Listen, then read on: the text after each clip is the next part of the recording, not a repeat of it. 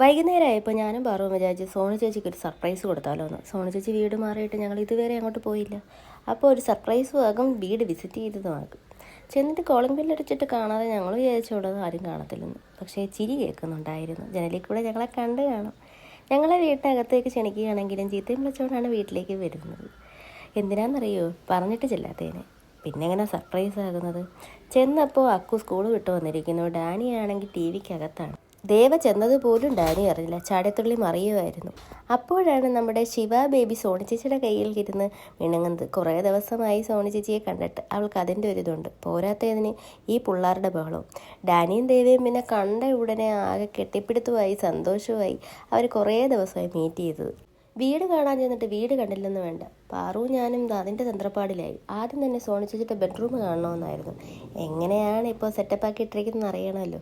ചെന്നപ്പോൾ ലൈറ്റ് ഇല്ല. പിന്നെ ലൈറ്റ് ഇട്ട് നോക്കിയപ്പോൾ ആഹാ, അടിപൊളി, കൊള്ളാമല്ലോ, നല്ല ടൈല്, നല്ല റൂം. പിന്നെ അലമാരി നോക്കി ഞാൻ വിചാരിച്ചു ഒന്ന് കോഷ്ടി കാണിച്ചു കളയാന്ന്. നോക്കിയപ്പോൾ കൊള്ളാം. ആകെ മൊത്തത്തിൽ വൻ സെറ്റപ്പ്. പിന്നെ ഞാനും പാറുവും പറഞ്ഞു, കട്ടിലും മെത്തയും അടിപൊളിയാണല്ലോ, പുതിയത് മേടിച്ചു. ഇല്ല, പഴയതാടി, ഇപ്പോൾ അലക്കി തേച്ച് കൊണ്ടുവന്നേന്ന് ചേച്ചിയും പറഞ്ഞു. മൊത്തത്തിൽ വീട് അടിപൊളിയായിട്ടുണ്ട്. പിന്നെ ഇനി അടുത്ത സ്ഥലത്തേക്ക് പോകാൻ നേരത്താണ് ദേവയുടെ ഓട്ടം. ഞാൻ പറഞ്ഞു, ദേവ വന്ന് കയറിയതേ ഉള്ളൂ, ഇപ്പോഴേ വീട് പൊളിച്ചെടുക്കല്ലേ എന്നുള്ളത്. അങ്ങനെ ദേവയും ഡാനിയും കൂടെ ചാടിമറിയൊക്കെ അവിടെ തന്നെ തുടങ്ങി. എനിക്ക് ഏറ്റവും ഈ വീട്ടിൽ ഇഷ്ടപ്പെട്ടത് നല്ല ടൈൽസാണ് കേട്ടോ.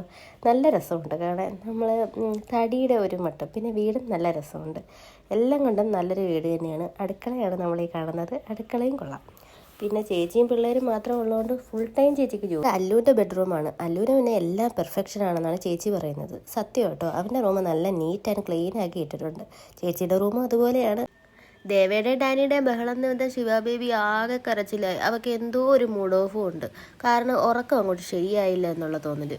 ഡാനി അങ്ങനെ നോക്കിയിരിക്കും, അയ്യോ ബേബി കരയുന്നല്ലോ. അക്കു ഇതൊന്നും മൈൻഡ് ചെയ്യാതിരിക്കും. അക്കുവിന് ഗെയിം കളിയാണ് ഏറ്റവും പ്രധാനം. പിള്ളേരുടെ ബഹളമോ കരച്ചിലോ മൈൻഡ് ചെയ്യുന്നില്ല. പിന്നെ ദേവയും ഡാനിയും കൂടെ ശിവാബേബിയെ കളിപ്പിക്കുകയാണ്. എങ്ങനെയെങ്കിലും അവളുടെ മൂഡ് ഓഫ് മാറ്റണം. ഡാനിയും അത് തന്നെയാണ് അവസ്ഥ. ഡാനിക്കും എങ്ങനെയെങ്കിലും അവളെ ചിരിപ്പിക്കണം. അങ്ങനെ ഡാനിയും ദേവയും കൂടി അടുത്ത ഗെയിമിലേക്ക് പ്ലാൻ ചെയ്തു. ആഹാ, അടിപൊളി ഗെയിം. ഇത് ആരെങ്കിലും തലയിൽ കൂടി വീഴുമെന്നായിരുന്നു എൻ്റെ പേടി. അടുത്ത സ്റ്റെപ്പ് ദാ തുടങ്ങി. എടുക്കാൻ വയ്യാത്തൊരു ചെരുപ്പും താങ്ങി പിടിച്ചാൽ നടപ്പ്. സോണി ചേച്ചിയുടെ വാപ്പി എപ്പോഴും വന്നായിരുന്നു. ഡാനിയെ ദാ അതിനാണ് വഴക്ക് പറയുന്നത്. അപ്പോഴും തന്നെ ദാ കിടക്കുന്നു 4 കാലിൽ.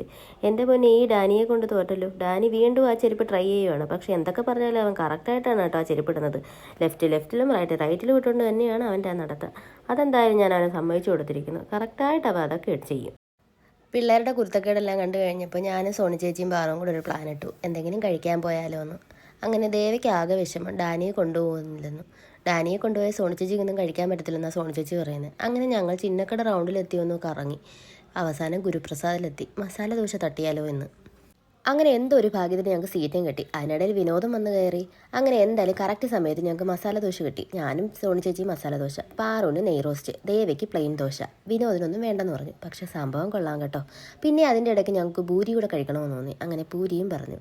അതും വിനോദിന് വേണ്ടെന്ന് പറഞ്ഞു. പക്ഷേ സംഗതിയെല്ലാം കൊള്ളായിരുന്നു. അവിടെ നിന്ന് ഇറങ്ങിയിട്ട് നേരെ പോയത് അല്ലുവിനും അക്കുനും ഫുഡ് വാങ്ങാനാണ്. അപ്പോഴാണ് എനിക്കൊരു കോള്.